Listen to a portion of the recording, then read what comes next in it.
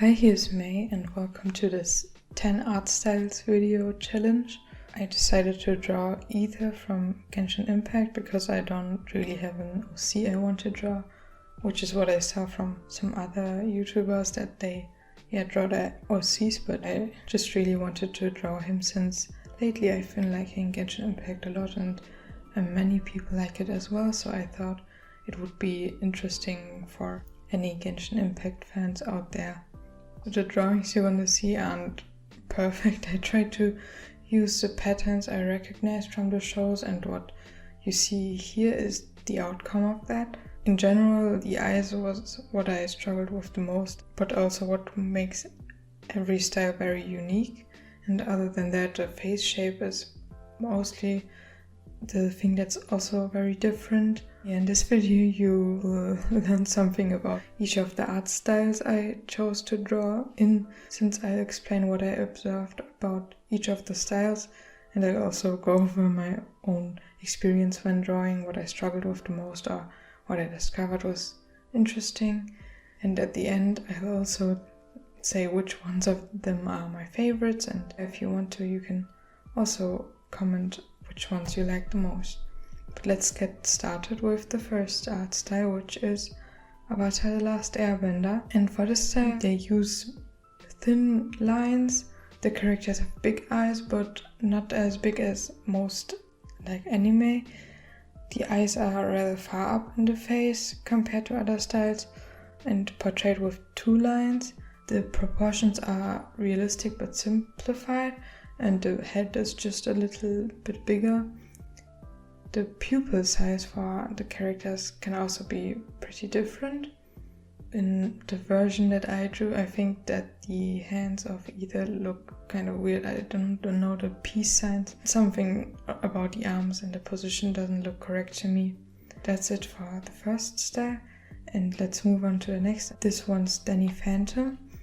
And this style is pretty different from all the other ones, since they use very thick lines and some thinner lines for facial features, so they have different line weights. And mostly they use just sharp edges, and almost every line is a straight line or a curve. The faces are rounded and sometimes they have a pointy chin. The face is also rather wide and they have round ears, circle eyes. The iris is colored, but there's no white reflection, which you can find in most other styles. The noses are mostly sharp. They just have sharp edges. And the eyebrows are rather thick and are mostly straight. Some are thinner or rounded. And the hair is also very simplified in one big shape. Just like the bodies, they are also heavily simplified and stylized and made up of curves and straights. In my drawing, the right arm somehow turned out longer than the left. I also simplified the outfit a bit, and I don't like how the hair turned out. I wanted it to have some highlights like Sam's hair from the show. Overall, I think I'm not very good at drawing in this style. Next up we have Ghibli, and in this style they use rather thin brown lines. The face is generally round and wide, and just like the eyes they are also round but not as wide. Sometimes you have eyelashes on the upper eye. The pupils are just black and the iris is colored and there's a white reflection. So it's like the standard portrayal of eyes, I would say. And when the characters are close to the screen or the viewer or camera, there's a line above the eye, so like the eyelids are portrayed. The nose is mostly straight and very small and also high up on the face. The eyebrows tend to be very thin and straight and rounded. For the mouth they just use a line and one small line underneath to show the chin. The humans tend to have realistic proportions, but they're simplified and also not very muscular. For this style we actually have, I forgot to mention it for the Avatar style, but we just have cell shading in the Avatar style as well. But in Danny Phantom, for example, there's not really any shading often. Sometimes there's like this highlight, which I think I also included. And for the Ghibli style I find it not that visually appealing, mostly because of the white face. but I didn't find it hard to get the proportions right. Somehow it was pretty easy to draw for me, and I recognized that compared to other styles, the eyes are pretty far apart on the face. And the fourth style we have is Star vs. the Forces of Evil. It's a very simplified style like Danny Phantom, but in contrast to it, the lines are very rounded most of the time, and also the faces. We also have black lines for the style, but for example for Star's hair, there's a colored outline, so I tried to include that with Aether's hair as well. The eyes can be very round or almond shape. There's also no reflection in the eye, like with Danny Phantom. The nose can be different for every character. I drew him with the mouth open, since I saw that when they have the mouth open, the teeth are portrayed like this round shape, which I find very interesting. And the bodies are heavily simplified. I prefer this style over Danny Phantom since it has more round shapes, and also this was pretty quick to draw. Next up we have Legend of Zelda, and for Legend of Zelda there are of course many games. You could go for the toon style link and the more realistic, and I went with the more realistic route since I wanted to kind of do something a little different and also challenge myself. I went with like a Legend of Zelda Skyward Sword, but also a little bit a Hyrule Warriors inspired style. I had references from both games. In both games they use no lines since they have 3D models. Also they have rounded faces and small chins and pointy small noses. The eyes are portrayed as a slightly rotated rectangled eye shape, so I mostly looked at Link. There's a small black line around the eyes. The upper line is thicker and has a lash. There's also a small line above the eye for indication of the eyelid. And then we also have lips, which many of the other styles don't have. They are just portrayed slightly darker than the skin. For the hair, they use big shapes and a few indication of lines for a little texture, but very, very slight. Just when drawing this, I really struggled with the 3D shading look. I don't like how it turned out, and you can see that I'm not experienced in this. Next up, we have a pretty different style from most of the other ones.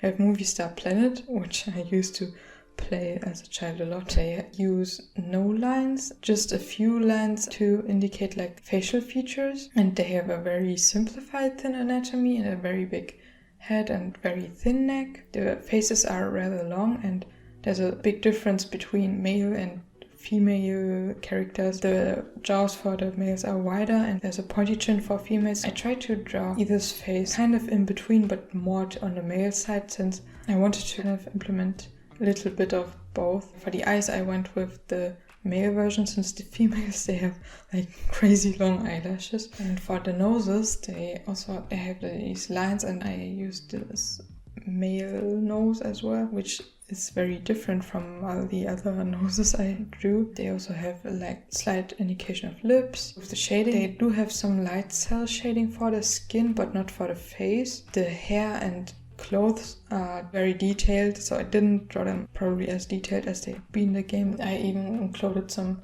variations for the clothes with the shading to portray the style a little more. And also for the hair I went with many strands and lots of detail. Styles like this with no outline everywhere are generally pretty hard for me to draw. Next up we have Kipo. For this show they use black sharp lines and have very round faces, which are mostly white, especially for younger characters. Also for like Kipo and her mother, they have these very round faces. They have a pointy or a square chin depending on the character, and a sharp nose, which can be different for every character. The mouth can have lips, but also doesn't have to. The eyes have different geometrical shapes, mostly with edges, so like diamond shape or almond shape. I went with kind of this diamond shape here. Also the ears have sharp edges, and the hair is very simplified. They use a lot of shapes in this style. I also made Aether's hair kind of less curly and more with sharp edges. While drawing I also was balancing the hair with the volume at some point and added some strands. And we have sharp elbows, and it was a very simple style and it was fun to draw for me. Next up we have Horimiya. In this style they use very thin black lines. They very often use lines that are not complete or they have small empty spaces in between the lines. The chin is pointy and the head is mostly oval shaped, so it's pretty long compared to the other styles. For the nose they use 2 thin lines and sometimes they have this one nostril point. What stands out is that they use a highlight on the nose often. And the mouth is a small thin line and often they have these empty spaces in between. The neck is pretty thin. There's a small line above the eye in the corner for the eyelid. They use also very thin long eyebrows and have big eyes with long oval shaped irises. For the hair they also have a lot of detail and use many strands. What I really found interesting and like about the style is how they do the highlights on the hair with these small ovals as reflections. With the hair details I probably made it a little more detailed than they would draw it in the show, since they would have to animate hair like this. Since this is just a drawing, I wanted to kind of really portray the detail in the hair.